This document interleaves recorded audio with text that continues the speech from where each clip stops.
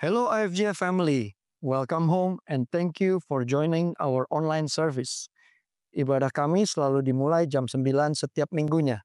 Jadi pastikan Anda subscribe ke YouTube channel kami dan nyalakan notifikasinya agar Anda tidak ketinggalan. IFGF adalah gereja yang berpusat pada pemuritan. Our mission is to help people to connect with God and make disciples. IFGF memiliki beberapa discipleship center di sekitar wilayah Jabodetabek. Untuk wilayah Jakarta di Balai Sarbini, Lipo Mall Nusantara. Untuk wilayah Tangerang di Dome of Harvest, Lipo Karawaci. Dan beberapa lokasi lainnya di wilayah Bogor, Bekasi, Cilincing, dan Perumnas. Untuk Anda yang menyaksikan secara online, kami memiliki komunitas sel yang diadakan secara online bernama iCare. Jika Anda sedang mencari ruang komunitas untuk berbagi pengalaman hidup dan mendalami iman, iCare is the place for you. Informasi lebih lengkap tersedia di Linktree pada deskripsi YouTube IFGF Jakarta atau di bio Instagram @IFGF Jakarta. Bagi Anda yang ingin memberikan persembahan sebagai bentuk syukur kepada Tuhan, berikut adalah panduan cara memberikannya. Dan juga QR Code yang langsung menghubungkan ke rekening gereja kami. Semoga pesan firman ini menjadi berkat yang menguatkan setiap langkah perjalanan iman Anda. God bless you. Bulan ini kita masuk di tema yang baru. Kita akan berbicara mengenai Mark Your Miracle. Menandai mujizat yang terjadi dalam kehidupan kita. Januari kita bicara mengenai Adia Decade, yaitu a moment kita bisa surrender sama Tuhan, kita bisa mendedikasikan kehidupan kita bisa mendedikasikan tahun yang baru kita kepada Tuhan. Februari kita berbicara mengenai tuning in, yaitu menyelaraskan diri kita untuk kita bisa dengar suara Tuhan, moments of hearing God's voice. Kemudian Maret, bulan lalu, kita percaya that we are in the moment of us being transformed, kita diubahkan dari dalam. Kita mengalami perubahan demi perubahan inside out yang pastinya.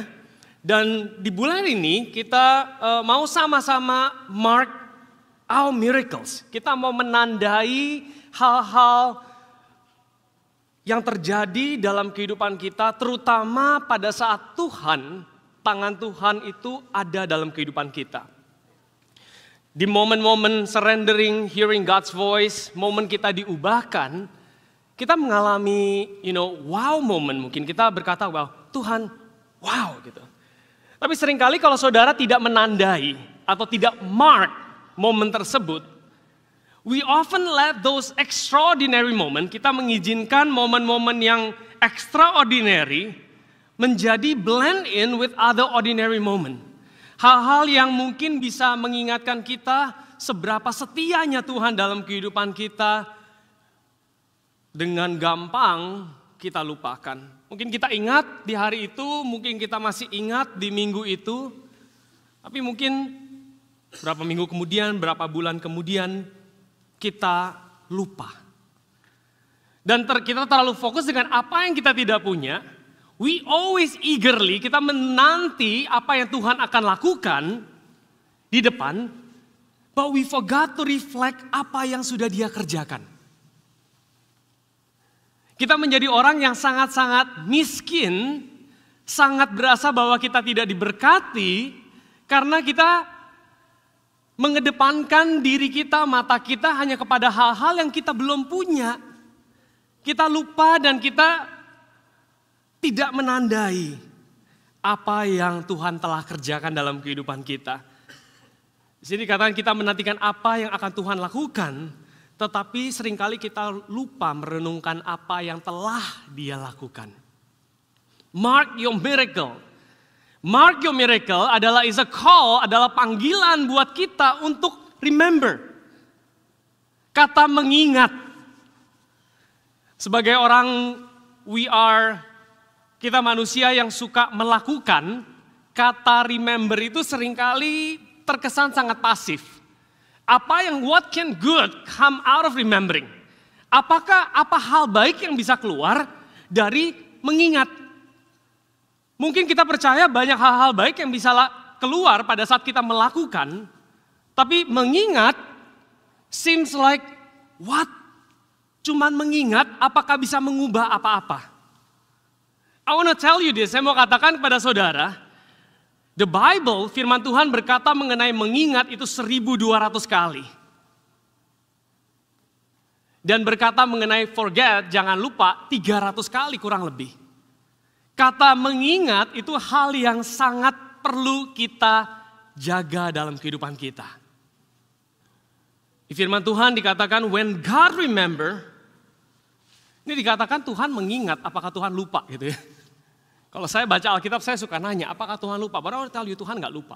Tapi kata mengingat itu, God says lalu pada saat itu kejadian 8, kejadian 7, Nuh masuk ke dalam Baterah bersama dengan binatang-binatang.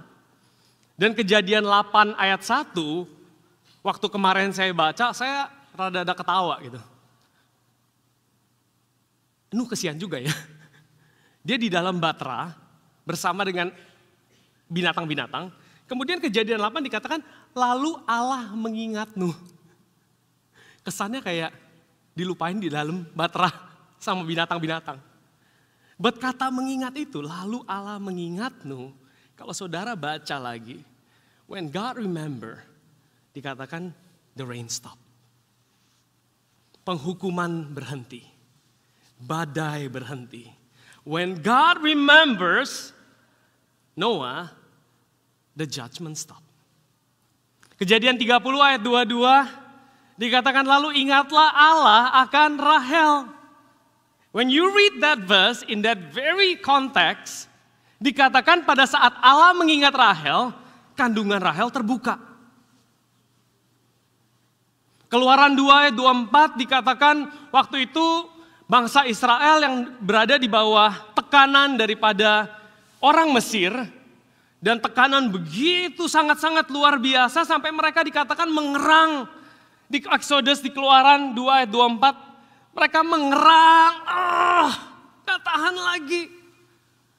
Dan dalam pengerangan mereka dikatakan Allah mengingat perjanjiannya. Dan Israel from then on masuk dalam proses pembebasan. When we think about pada saat kita berpikir Allah mengingat, apakah Allah melupakan? No. But when you remember pada saat kita mengingat, something is cooking. Saudara pikir saudara datang ke gereja, hanya datang begitu saja. You know, pada saat saudara datang, saudara do more than saudara mengingat. Amin. Saudara bukan saja mengingat, tapi saudara membawa diri saudara ke dalam suatu penyembahan. You exalt God. Imagine something greater, sesuatu yang lebih besar terjadi. When we remember, when God remember something great happen, when we remember pada saat kita mengingat, ini yang terjadi. Di Betel, tempat pelarian, seorang Yakub menjadi tempat perjumpaan sama Tuhan. Gilgal, tempat kegagalan, menjadi tempat pembaruan. Mispah, tempat pelanggaran, menjadi tempat pengampunan. Kita sepanjang bulan ini kita akan pelajari batu-batu atau peringatan-peringatan yang dibuat oleh orang-orang yang ada di Alkitab, apa dan bagaimana mereka menaruh tanda itu. Dan bahkan kita bisa melihat di mana kejadian Yakub menaruh satu tanda, kemudian bertahun-tahun kemudian tanda yang bertahun-tahun lalu itu memberikan dia kekuatan untuk bisa maju ke langkah yang berikutnya. Kita masih dalam teks yaitu 1 Samuel 7, tapi saya mau buka di 1 Samuel 7 ayat 15-16, dikatakan Samuel memerintah sebagai hakim atas orang Israel seumur hidupnya. Dari tahun ke tahun ia berkeliling ke Betel, Gilgal, dan Mispah, dan memerintah atas orang Israel di segala tempat itu. Kata Betel, Gilgal, dan Mispah, 3 kota ini adalah kota di mana ada seseorang, apakah itu Yakub, apakah itu Samuel sendiri, yang menaruh batu untuk menandakan apa yang Tuhan kerjakan dalam kehidupannya at one point in his life. Saya mau ajak IFGF Jakarta, IFGF bahkan teman-teman yang mungkin menghadiri secara online untuk sama-sama kita belajar untuk menandai hal-hal yang Tuhan kerjakan dalam kehidupan kita. Karena seringkali hal-hal itu kita lewatkan begitu saja. Mari kita baca ayatnya di 1 Samuel 7 ayat 2 sampai berikutnya. Ini yang terjadi di Samuel, dikatakan sejak saat tabut itu tinggal di Kiryat Yarim, berlalulah waktu yang cukup lama, yakni 20 tahun, dan seluruh kaum Israel mengeluh kepada Tuhan. 20 tahun. Mereka mengizinkan diri mereka 20 tahun. Dan akhirnya mengeluh kepada Tuhan. Ayat 3 lalu berkatalah Samuel kepada kaum Israel, demikian jika kamu berbalik kepada Tuhan dengan segenap hati, maka jauhkanlah para allah asing dan para ahli Asitoret dari tengah-tengahmu dan tunjukkan hatimu kepada Tuhan dan beribadalah hanya kepadanya. Maka ia akan melepaskan kamu dari tangan orang Filistin.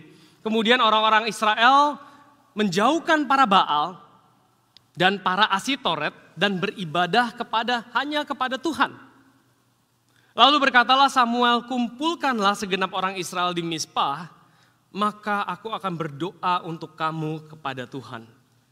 Poin yang pertama, kalau saudara mau mengalami miracles, bahkan sebelum saudara bisa menandai, saudara perlu sadar bahwa miracle, something needs to be removed.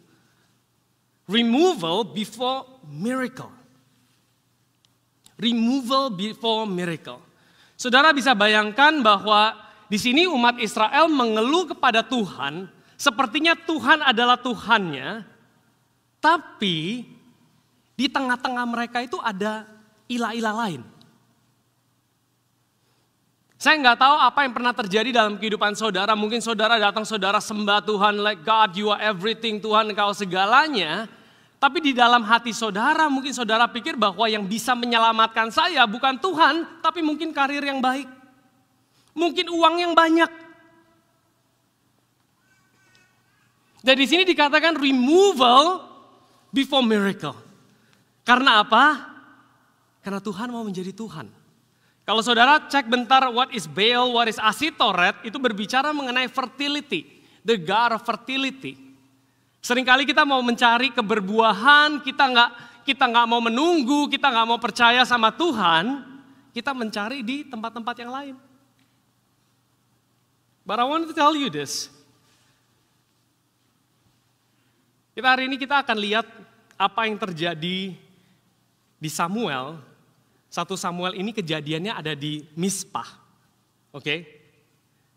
Karena hal yang terjadi di Mizpah sebenarnya juga terjadi di Bethel.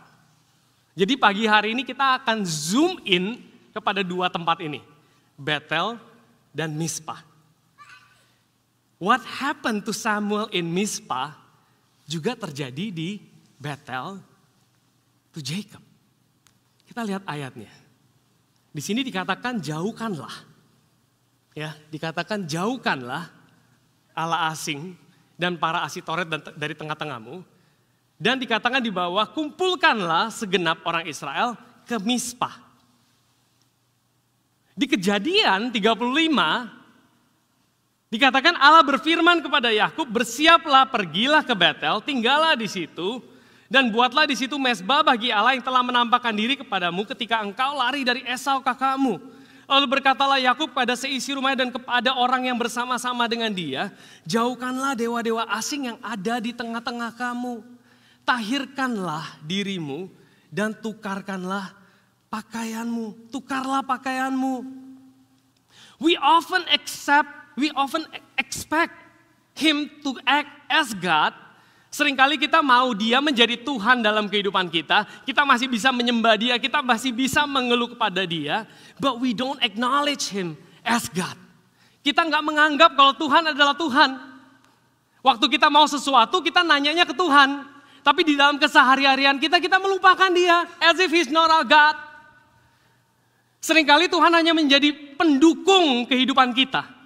Tidak menjadi Tuhan dalam kehidupan kita. Saya paling bingung kalau orang suka doa buat acara seperti Sunday Service ini, biar acara ini sukses. Saya bingung suksesnya itu gimana gitu. It's not acaranya yang sukses, tapi setiap dari kita yang sukses mengalami Tuhan di tempat ini. Ayat 6 dikatakan setelah berkumpul di Mizpah, mereka menimba air dan mencurahkan di hadapan Tuhan. Mereka juga berpuasa pada hari itu dan berkata di sana, kami telah berdosa kepada Tuhan.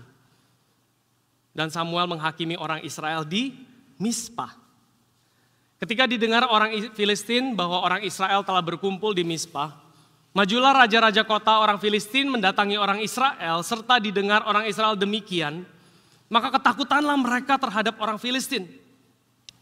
Lalu kata orang Israel kepada Samuel, janganlah berhenti berseru bagi kami kepada Tuhan Allah kita, supaya ia menyelamatkan kami dari tangan orang Filistin. Sesudah itu Samuel mengambil seekor domba dan menyusu, lalu mempersembahkan seluruhnya kepada Tuhan sebagai korban bakaran. Dan ketika Samuel berseru kepada Tuhan bagi orang Israel, maka Tuhan menjawab dia. So di sini kita bisa lihat bangsa Israel removal first, mereka menyingkirkan, mereka cek hati mereka. What is in their heart? Apa yang menjadi Tuhan dalam kehidupan mereka? Mereka singkirkan, mereka kemudian arahkan pandangan mereka kepada Tuhan. Mereka memberikan korban bakaran. Dan dikatakan di ayat 10, sedang Samuel mempersembahkan korban bakaran itu, majulah orang Filistin untuk berperang melawan orang Israel. Tetapi pada hari itu Tuhan mengguntur dengan bunyi yang hebat di atas orang Filistin dan mengacaukan mereka sehingga mereka terpukul kalah oleh orang Israel. Saya mau kasih tahu saudara bahwa our battle di dalam kita menjalani peperangan, pergumulan, seringkali pada saat kita membalikkan pandangan kita kepada Tuhan, kita berpikir bahwa, oh oke, saya sudah mengarahkan pandangan saya balik kepada Tuhan, it should all be fine. But I want to tell you this verse says otherwise. Ayat ini mengatakan yang berbeda. Pada saat kita mengarahkan pandangan kita kepada Tuhan, pada saat kita sudah decide that, okay, I'm gonna come to church. Saya mau datang ke gereja, saya mau mengarahkan hati saya kepada Tuhan, saya mau mengarahkan pandangan saya kepada Tuhan. Attack comes even more. Dikatakan sedang Samuel. Lagi Samuel mempersembahkan korban bakaran, the attack comes.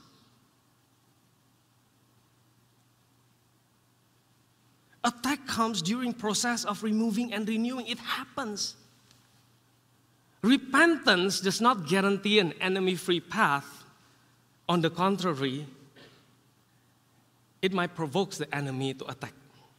Tapi di sini kita lihat bagaimana bangsa Israel pada saat mereka sudah remove, sudah menyingkirkan hal-hal yang tidak baik dalam kehidupan mereka, mereka bisa berkata apa? Jangan berhenti Samuel. Terus berdoa buat saya. Jangan berhenti. So in the midst of attack, jangan kita berhenti. 1 Samuel 7 ayat 10 sampai 11. Sedang Samuel mempersembahkan korban bakaran itu, majulah orang Filistin berperang melawan orang Israel. Tetapi pada hari itu Tuhan mengguntur dengan bunyi yang sangat hebat ke atas orang Filistin dan mengacaukan mereka. Sehingga mereka terpukul kalah oleh orang Israel. Keluarlah orang Israel dari Mizpah mengejar orang Filistin itu dan memukul mereka sampai hilir Betkar.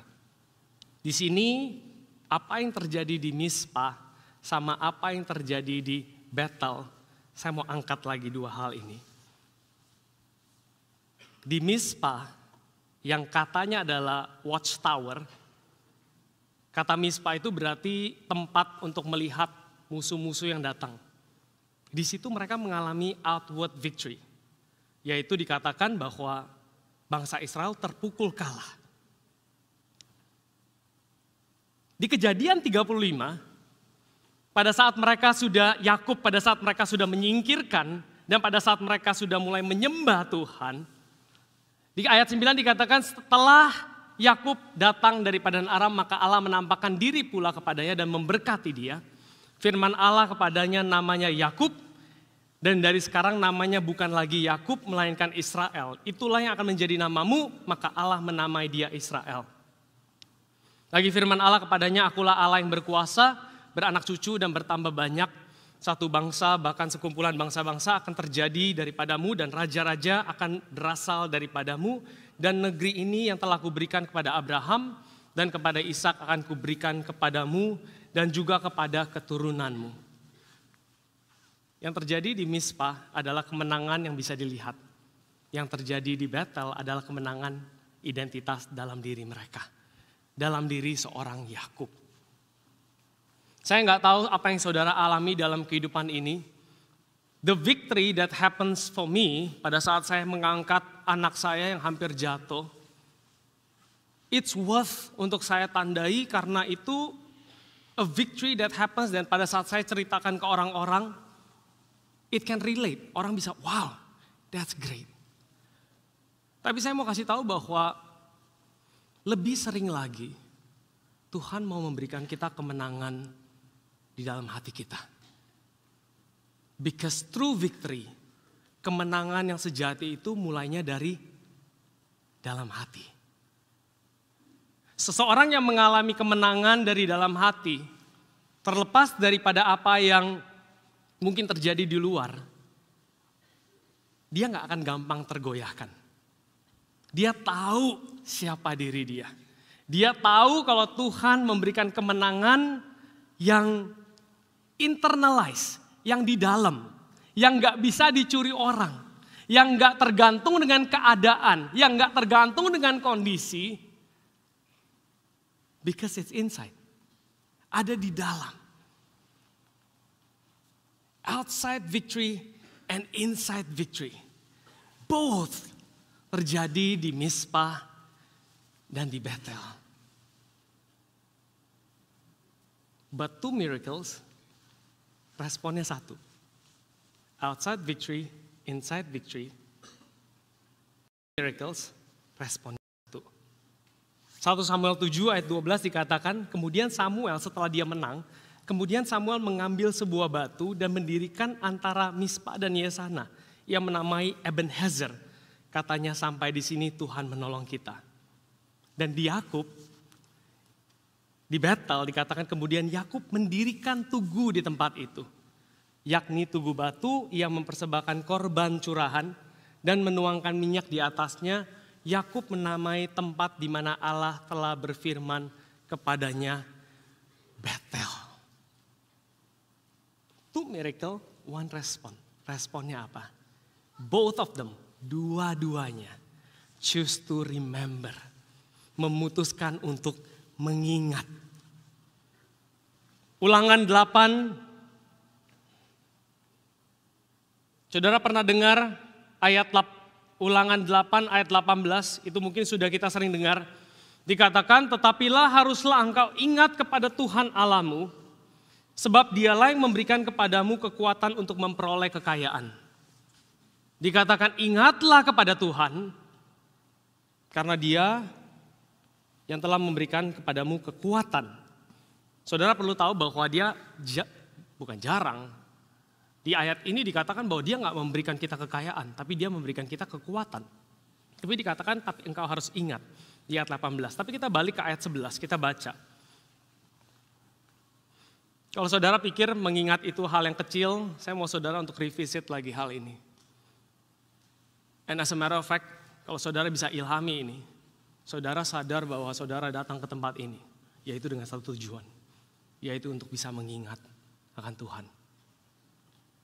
Ayat 11 dikatakan gini, waktu itu mereka belum mengalami terobosan, mereka belum mengalami keberlimpahan. Tuhan wanti-wanti sama orang yang siap untuk diberkati. Berapa banyak dari Anda yang siap untuk diberkati? Tuhan memberikan wanti-wanti.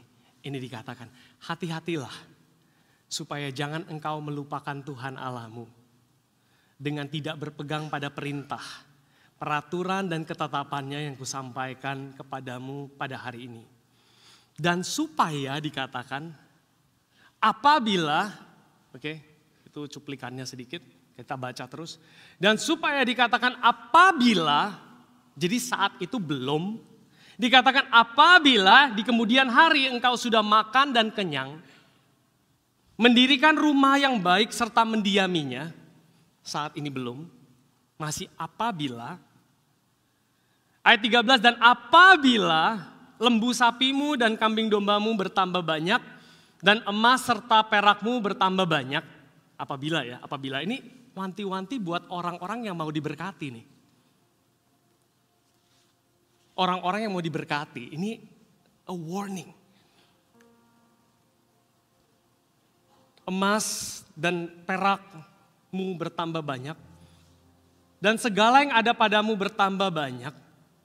Dikatakan gini, jangan engkau tinggi hati, sehingga engkau melupakan. Ayat 11 tadi dikatakan jangan engkau melupakan. Kemudian ayat 14 dikatakan jangan engkau tinggi hati pada saat engkau punya semuanya. Sehingga engkau melupakan Tuhan Allahmu yang membawa engkau keluar dari tanah Mesir dan rumah perbudakan. Ayat ini mungkin katakan ke saya, jangan engkau tinggi hati.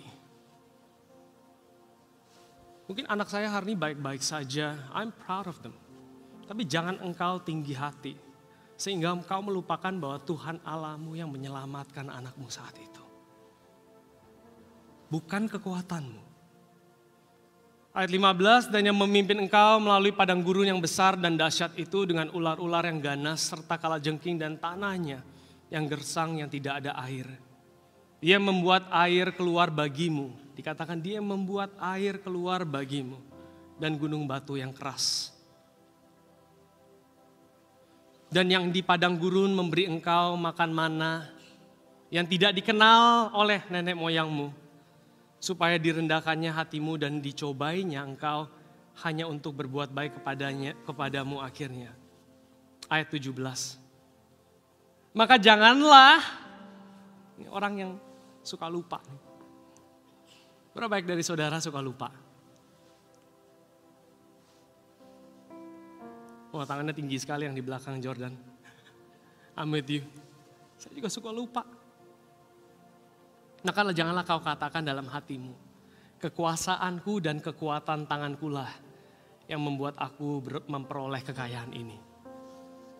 Tetapi haruslah engkau ingat kepada Tuhan Allahmu, sebab dialah yang memberikan kepadamu kekuatan untuk memperoleh kekayaan. Dengan maksud meneguhkan perjanjian yang diikrarkannya dengan sumpah kepada nenek moyangmu seperti sekarang ini. Kata ingat itu.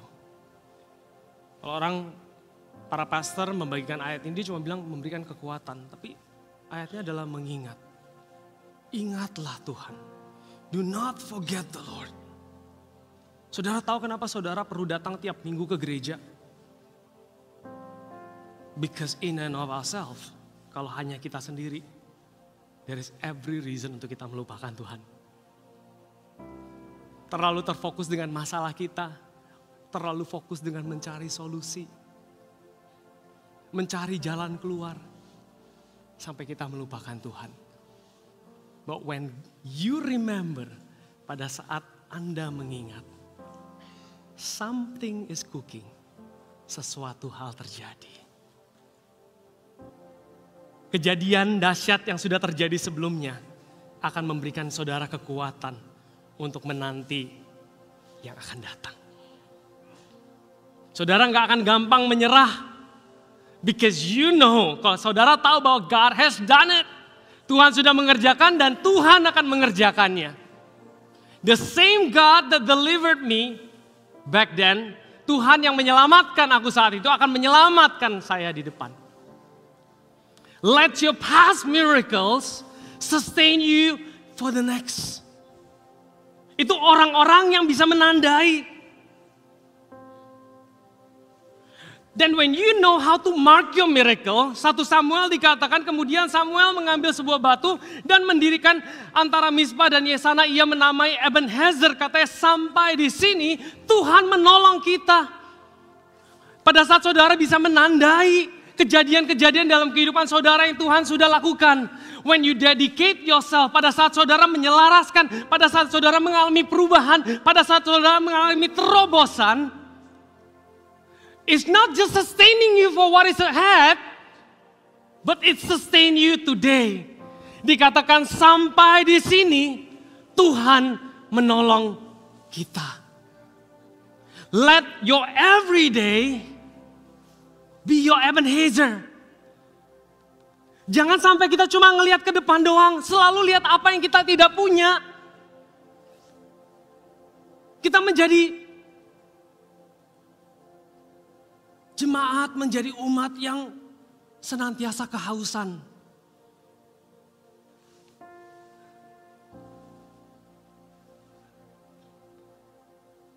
Saudara tahu, kalau saudara mengizinkan ilah-ilah lain, mengizinkan uang, kedagingan menjadi goal kita.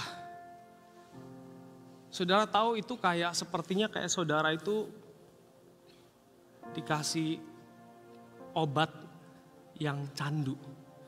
Gak akan pernah selesai. Saya doa minta ini gak pernah selesai, abis itu punya ini, senang sesaat, abis itu mau yang berikutnya. Tapi saya mau kasih tahu saudara, let your everyday be your Ebenezer. Dan saudara bisa katakan, sampai di sini Tuhan menolong kita. You know how to be grateful. Amin. You know how to be grateful. Saudara tahu bagaimana cara mengucap syukur. Dan ucapan syukur itu akan mendatangkan miracles of miracles. But your heart is not there. Your heart is here now with God. Ada sama Tuhan. Amen. Mark your miracles. Mark your journey. Tandai apa yang Tuhan sudah kerjakan dalam kehidupan saudara. Selama 1 bulan ini kita akan sama-sama always allow ourselves to refresh ourselves of who God is.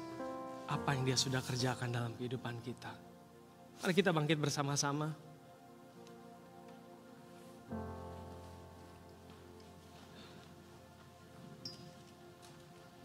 Tuhan ajar kami.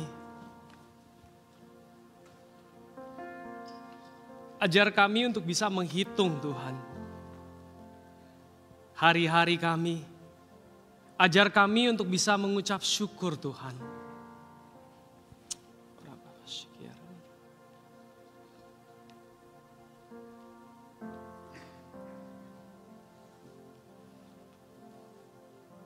We see,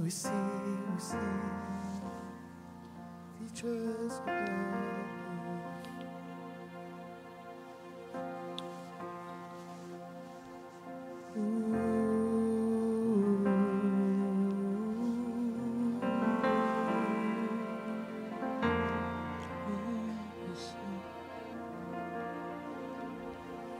I love you, Lord, for your grace never failed me, and all my days I've been held in your hands. Man. From the moment that I wake up until I lay my head, I will sing of the goodness of God. I love your voice. You Amen. in darkest times, you are close like no other. I've known you as a father. I've known you as a friend. I have lived in the goodness of God all my life. And all my love you have been faithful. Yes, Lord. Yes, Lord. And all my life you have been so, so good. With every breath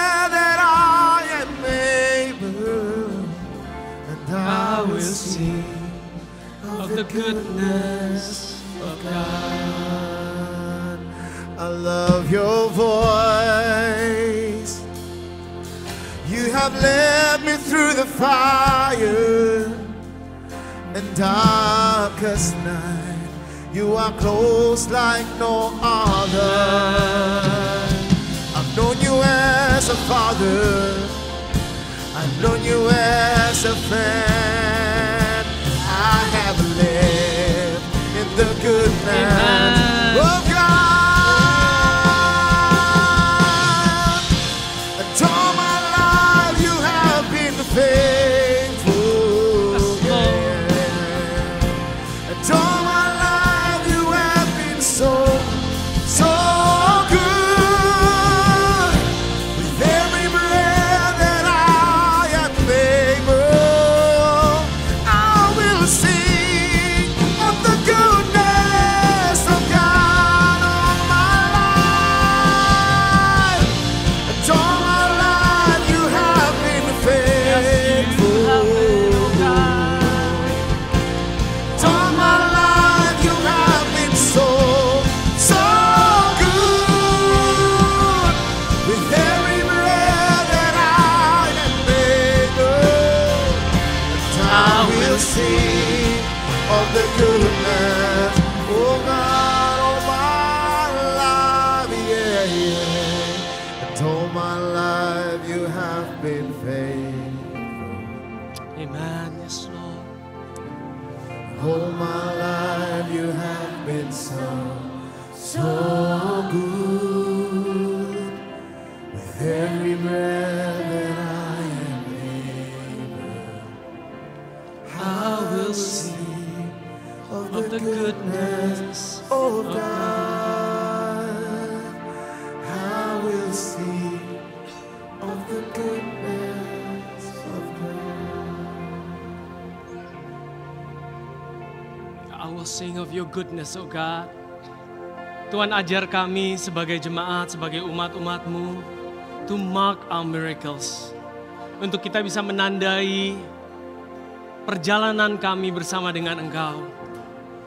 We know, kami tahu, the moment, saat-saat kami mengalami Engkau. Saat-saat kami perlu menanggalkan, saat-saat kami perlu kembali, renewing our commitment. Bahkan pada saat kami mengalami terobosan-terobosan itu semua. And we can look back. Dan kami bisa katakan, yes God, you are faithful. Saya nggak tahu saudara hari ini mungkin di dalam kehidupan saudara mengalami, it's like kabut mungkin. It's so blurred. Gak ada kejelasan dalam kehidupan saudara mungkin. Mau mengambil langkah 1-2 ke depan aja mungkin saudara mengalami begitu banyak ketakutan. God, what is in front of me? You may be feeling like that. Mungkin saudara pikir, saudara merasakan itu pada pagi hari ini. Tapi saya percaya, this morning, Tuhan akan palingkan mata saudara kepada apa yang dia lakukan. Apa yang dia pernah lakukan, itu akan memberikan kekuatan bagi saudara. And saudara katakan, yes, yes God. The same God, Tuhan Allah yang membawaku sampai sekarang ini, akan membawa aku jauh ke tempat yang aku tidak pernah bayangkan. Tuhan, aku berdoa untuk setiap Jumat, setiap umat-umat-Mu di tempat ini. What's ahead can be discouraging, but who God is, siapa Tuhan akan selalu memberikan kekuatan. Yes, the outside victory is gonna happen. Kemenangan yang di luar akan terjadi, but inside victory, it's happening right now. Tuhan, Kau yakinkan di dalam setiap hati-hati di tempat ini. Engkau yang tidak menyayangkan anak-Mu, memberikan kepada mereka di tempat ini. Engkau tidak akan menahan-nahankan terobosan-terobosan yang mereka nantikan. Lord, I pray in the name of Jesus. It shall happen. Terjadilah di dalam nama Tuhan Yesus. I want to tell you, God is gonna give you that success. Tuhan akan memberikan Anda terobosan itu. And you will mark it. Saudara akan tandai itu. Bahkan 5 tahun ke depan, 10 tahun ke depan, saudara akan bisa menandai itu. In Jesus' name I pray. Amen, amen, amen. Happy Sunday, God bless you. Tuhan berkati setiap dari kita. Terima kasih telah mengikuti IFGF Jakarta Online Service. Sampai bertemu lagi minggu depan, IFGF Family. Jika Anda membutuhkan dukungan doa, silakan klik tombol prayer request di Linktree untuk mengisi form dan tim pastoral kami akan mendoakannya bagi Anda. Have a blessed day, church.